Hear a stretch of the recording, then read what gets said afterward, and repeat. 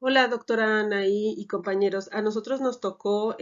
somos el equipo del capítulo número 7, que se titula Los entornos virtuales de aprendizaje, basados en el diseño de materiales autosuficientes y el aprendizaje autodirigido.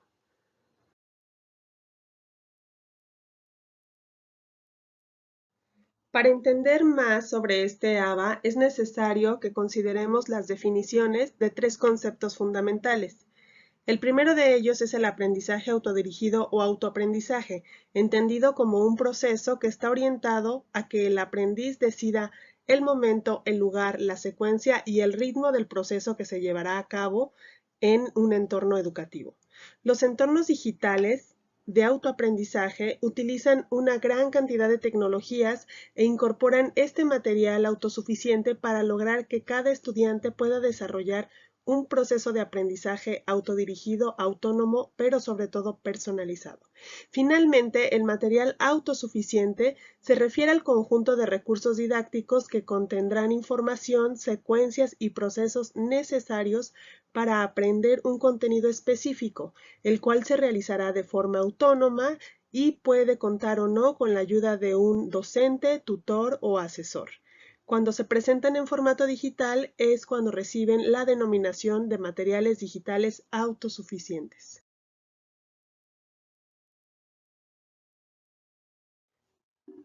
Al rastrear la fundamentación teórica de este ABA, que, vamos a encontrar que en diferentes momentos históricos aparecen los tres paradigmas actuales de la educación. En 1950, a través del conductismo, vamos a encontrar los sistemas de enseñanza asistida por ordenador. Esta presentación de información se daba de manera fragmentada y en secuencias sencillas, de manera lineal, que nos permitía la repetición y el refuerzo. Si ustedes recuerdan, cuando estuvimos revisando al principio del semestre el conductismo, tuvimos la posibilidad de observar estas máquinas que se conocían como drill and practice, porque lo que hacían era introducir tarjetas perforadas que nos permitían saber si las respuestas que estábamos arrojando eran correctas o no. Más adelante, a partir de 1980 y 1990, nos comentan los autores que aparecen los sistemas de inteligencia en enseñanza asistida por ordenador. Esta nueva modalidad podríamos ubicarla en el paradigma del cognitivismo porque tiene esta posibilidad de presentar un sistema de tutor inteligente a través de estrategias hipermedia. Puede ser textual, puede ser gráfica, puede ser a través de sonidos o imágenes estáticas y dinámicas. En este proceso donde hablamos ya de cognitivismo, vamos a encontrar que la flexibilidad también se da en las secuencias de la navegación. Es decir, no es lineal como en el conductismo, no tengo que ir pasando de un módulo a otro, puedo buscar, puedo seleccionar, puedo procesar información, organizar y memorizar. Finalmente nos encontramos con los sistemas hipermedia adaptativos, que son los que están trabajando, con los que se está trabajando actualmente en este ABA, y en este tipo de sistemas vemos una complejidad mayor donde los conocimientos previos y específicos del dominio son considerados por parte de estos sistemas digitales, las estrategias y los estilos de aprendizaje también se procura que se consideren, así como las motivaciones, metas e intereses o representaciones de los estudiantes. Este sistema es bastante complejo y lo que nos dicen los autores es que si bien estamos en el camino, aún falta mucho para poder implementar todos estos elementos dentro de sistemas hipermedia adaptativos, por lo que vamos a encontrar uno o dos dentro de estos programas, pero no todos. Aún nos falta mucho porque hay que considerar, y ellos lo hablan, de inteligencia artificial y de cómo la inteligencia artificial puede generar de alguna manera un perfil para ese estudiante que le permita darle un mejor acompañamiento en el proceso de aprendizaje.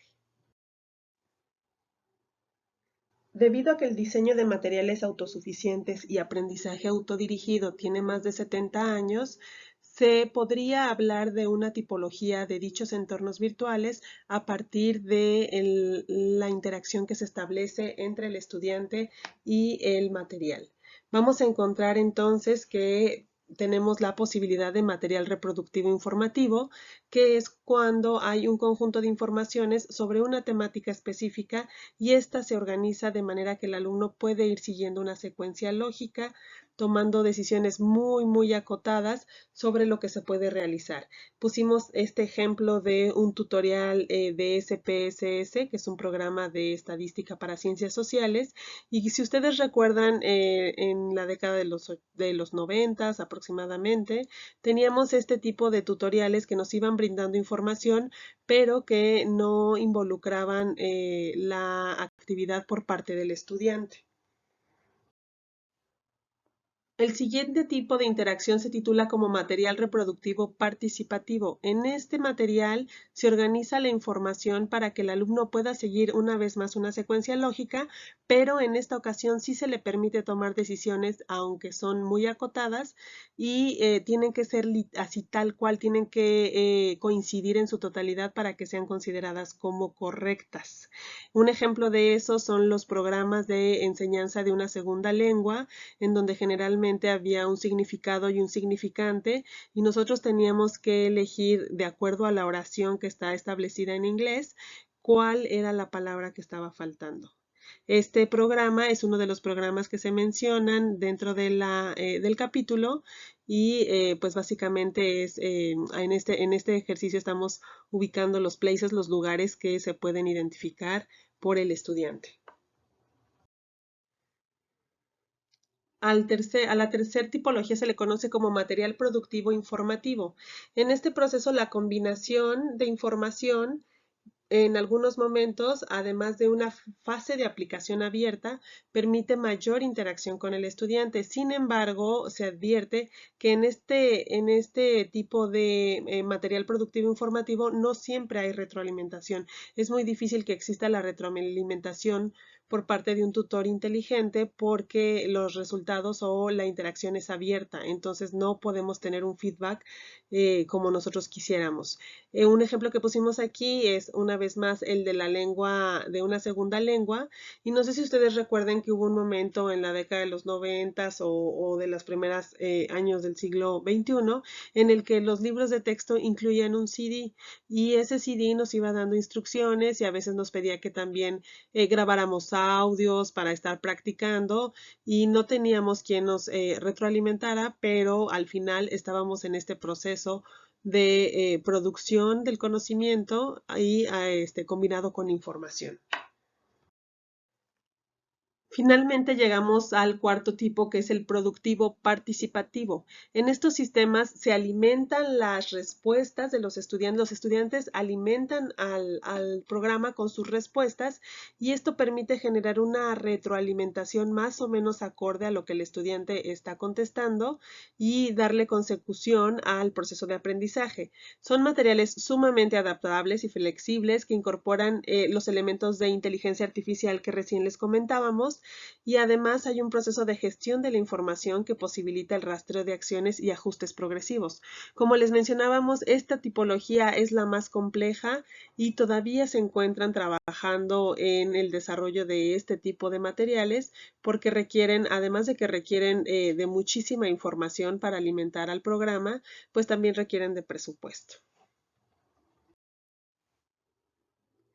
Dentro de la literatura revisada vamos a encontrar que más que docentes se habla de tutores o de asesores para el proceso de aprendizaje en estos diseños de materiales autosuficientes y autodirigidos. Entonces vamos a encontrar que el docente puede tener tres tipos de funciones, como cuando el material del autoaprendizaje no tiene apoyo por parte del docente. Estos serían a lo mejor la tipología informativa, pero también encontramos que hay otros momentos en los que el docente puede acompañar al proceso de aprendizaje junto con el estudiante, y finalmente como material auxiliar. Es como algo adicional y solo está complementando procesos que ya se dieron al interior del aula. A diferencia de otros ABAs, en este vamos a encontrar que el papel del estudiante es sumamente importante porque él es el encargado de desplegar un montón de acciones dirigidas a controlar, regular, evaluar los procesos de aprendizaje de forma intencionada. Para ello necesita estrategias cognitivas, emocionales, un proceso de autoplanificación, de autorregulación y de autoevaluación. Y por ende, pues todo esto nos habla de un proceso de maduración en los estudiantes. No todos los estudiantes y no todos los niveles educativos pueden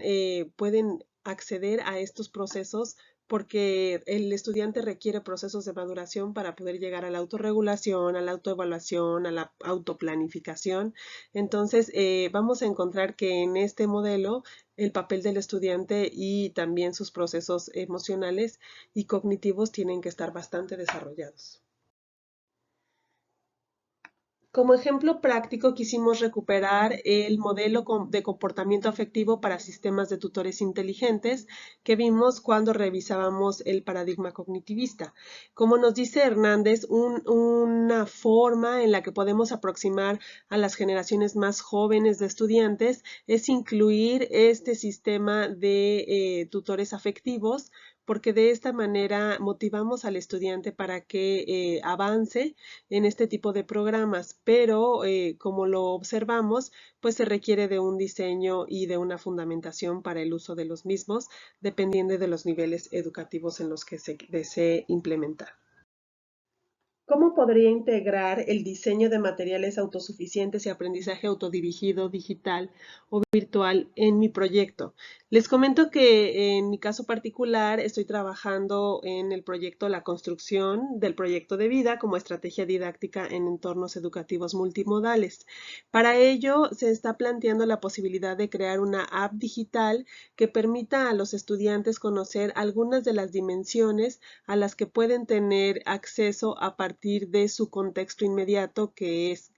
pues la sociedad queretana, los sistemas educativos a los que tienen acceso a través del Estado y otras variables que se pretenden considerar. Aquí creo que lo que yo podría aportar tiene que ver con la generación de sistemas hipermedia adaptativos, porque entonces yo estoy considerando todo el contexto de estos estudiantes y los estoy aproximando desde una representación más cercana a su realidad.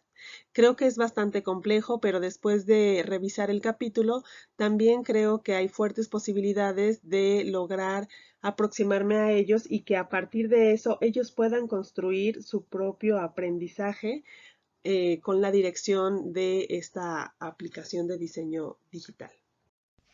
Dentro de las características que me hacen pensar en la idea de fundamentar mi trabajo en entornos virtuales de aprendizaje basados en el diseño de materiales autosuficientes y el aprendizaje autodirigido, se centran en la dinámica del taller que busco replicar, considerando que soy una guía en el proceso de aprendizaje, a la par de reconocer las necesidades de propiciar un espacio y situaciones para el estudiantado, en donde éste se ajuste a las necesidades,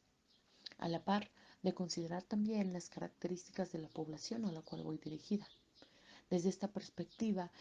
visualizar un futuro en donde tengamos entornos virtuales, donde nuevas propuestas y donde esta utilización de objetos de aprendizaje también permitan trascender educativamente hacia la idea en la que la o el estudiante trabaja de manera autónoma o puede trabajar de manera autónoma y decide también o podrá decidir en qué momento hacerlo, así como la secuencia y el ritmo del mismo. El motivo que me llevó a elegir este tema de aprendizaje autodirigido es justamente porque considero será de gran utilidad para la construcción de mi ambiente multimodal de aprendizaje. Parte de la justificación de mi protocolo está relacionada con necesidades de capacitación en torno al modelo inclusivo dentro de las escuelas de nivel básico. Entre ellas destaca la falta de tiempos para orientar a los docentes debido a las demandas escolares, o en algunos casos la falta de espacios disponibles para brindar este acompañamiento. Considero que un buen diseño de materiales autodirigidos, como los productivo-informativo, que combina momentos o fases de aportación de información sobre un tema específico, los cuales el estudiante debe leer y trabajar para posteriormente llevarlos a la práctica, va muy de la mano con mis objetivos, que es capacitar al docente en torno a la inclusión. Sin embargo, el principal es lograrla dentro de las aulas, y esto les corresponde a los docentes de escuela regular. Con este modelo autodirigido, se espera que los docentes se informen, apliquen y transformen sus prácticas pedagógicas en pro de la inclusión con apoyo de un tutor que los oriente en el proceso, por lo que este diseño va muy de la mano con lo que propongo realizar.